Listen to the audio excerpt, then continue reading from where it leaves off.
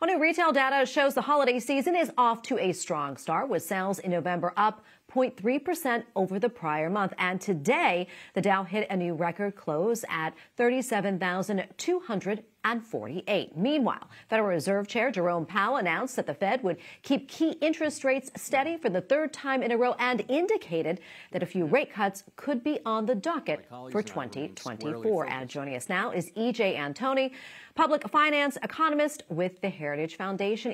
Great to have you back on. So what do you make of these numbers? I mean, this data certainly seems very positive.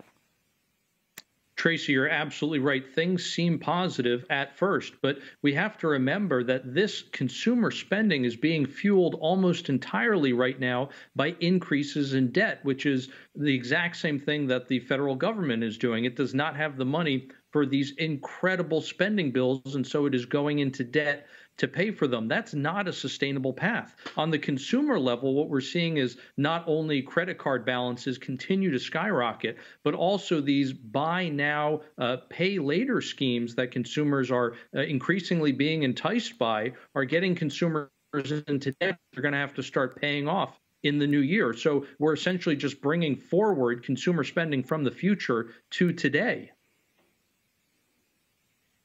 What about, the record-setting numbers I mentioned about the Dow, over 3,000 mark, that is, excuse me. How significant is that? Do you think this is going to be a trend? I mean, are we going to see a rally here into the new year?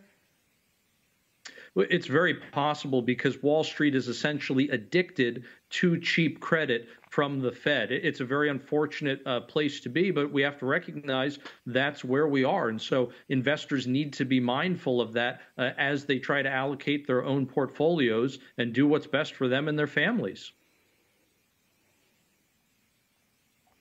Let's talk about, interest rates now. Still very high, especially for mortgage rates. The Fed did indicate could start coming down.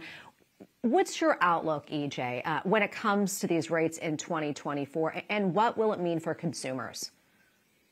Well, the Fed, frankly, has no business even talking about cutting rates right now, but we have to deal with reality. And the fact is that, they are being subjected to a tremendous amount of political pressure, and it looks like they're going to yield to that political pressure. They are not willing to maintain high interest rates in an election year because it would hurt the sitting president. And so as a result, they are poised now to cut rates, which will cause a temporary increase in economic activity. There's no doubt about that. But in the long run, it's going to be a return to the inflationary roller coaster that we've seen the last couple of years. And so once again, this is just simply a trade-off of short-term gain and long-term pain. All right, before we wrap up here, any advice for consumers? Well, I would, as best you can, avoid the temptations that so many people are falling into to go into debt to spend money right now and to buy, because all of that is eventually going to have to be paid back. All right, we're going to leave it right there. Great to have you on. Merry Christmas to you. And to you.